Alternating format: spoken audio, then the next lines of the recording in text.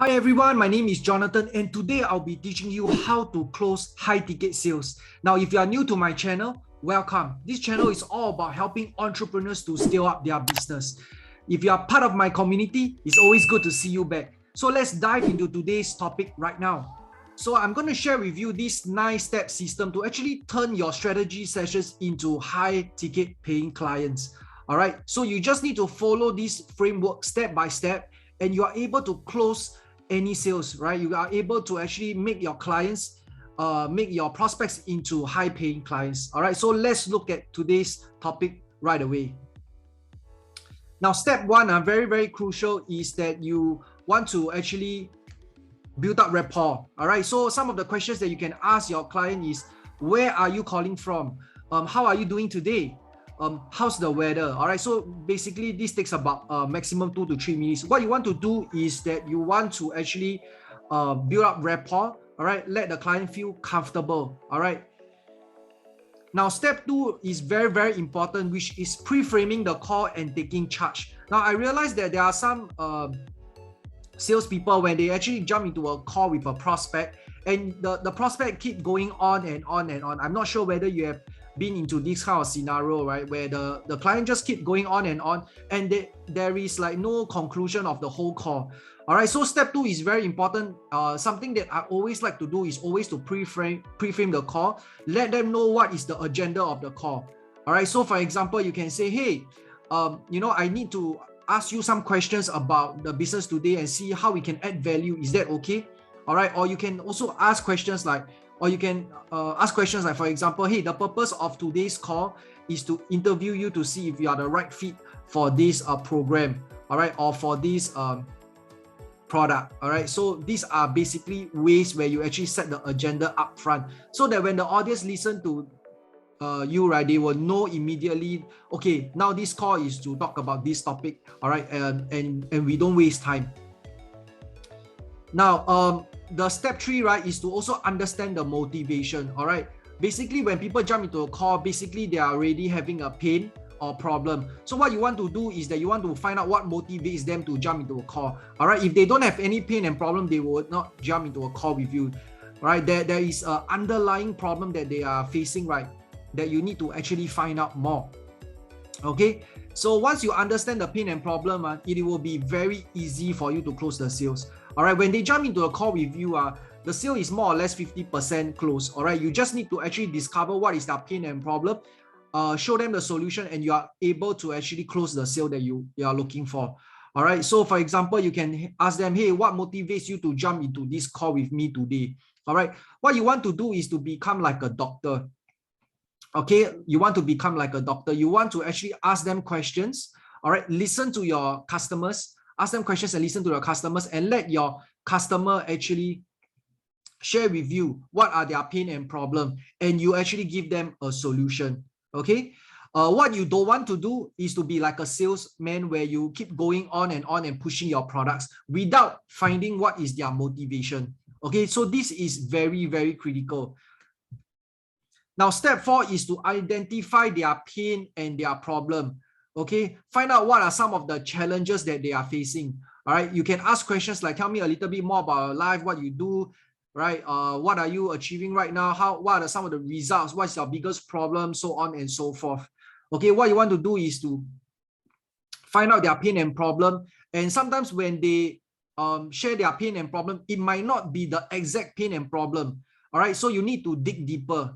All right, some people feel that they might have a certain issue, but that might not be the main issue. All right, so you need to dig deeper to find out what is the main issue.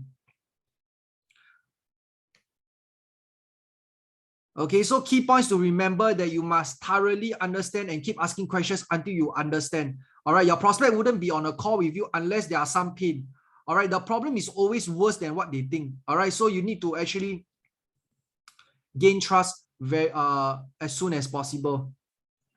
Now, step 5 is to learn where your prospect dreams of being. So what you can do is you can ask them, hey, what is your dream? What do you hope to achieve in 12 months time? Okay, so very, very important is to let them dream about the future. Okay, so this is what we call the promised land. All right, when they actually dream about their future, they feel excited, they feel motivated. All right, and this is where you promise them that they will be if they join your program, or this is what you promise them to be if you were to sell them a product or service. Okay, so key points to remember is to get them dreaming about what could they be. All right, this actually takes them to a place of emotion.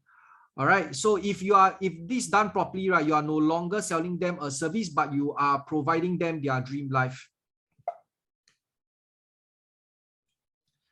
All right, step 6 is to actually bridge the gap. All right, ask them, hey, you know, these are some of the challenges that you are facing. This is your the promised land, right?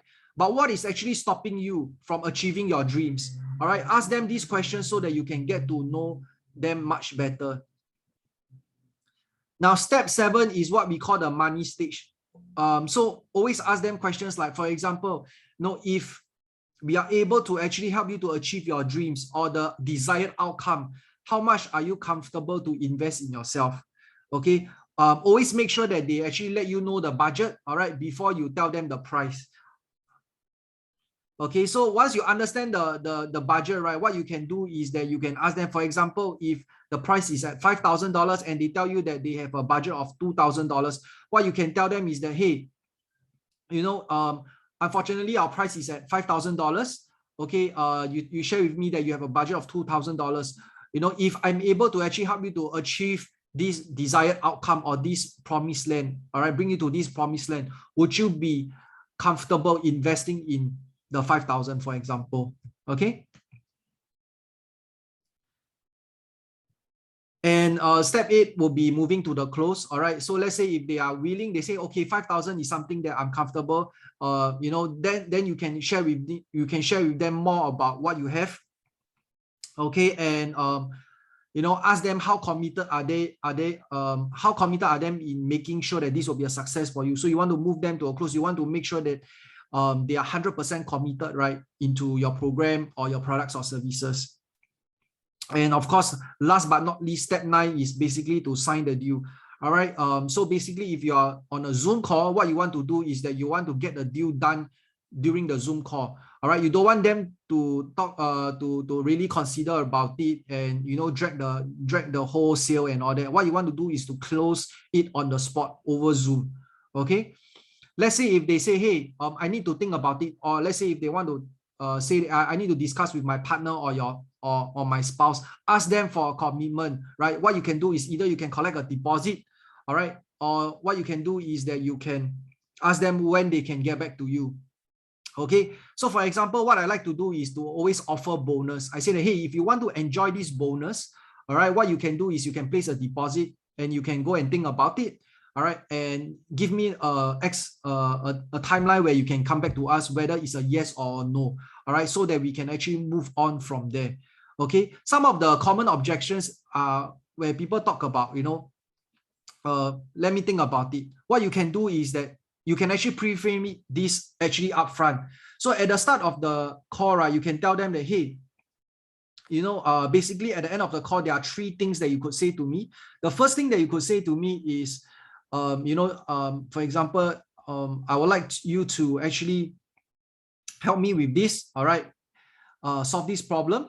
The second thing that you could say to me is that, you are not interested, and I want you to know it's perfectly okay to say no.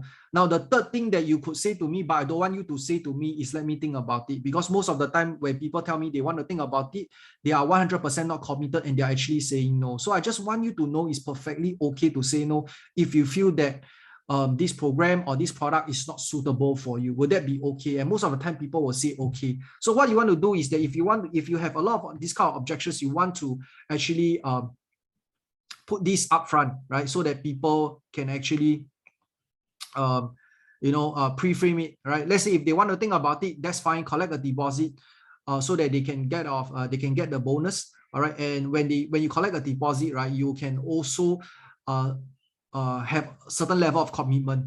All right. Some of the common objections, for example, if people say that, hey, I need to talk to my business partner, or they need to discuss with their spouse. Now, one of the questions that you can do before revealing the price is that you can ask them, hey, is there anybody you need to discuss with regarding this committing into this program or committing into buying this product or services? If they say no, right, then fantastic, right? They can't use this excuse again.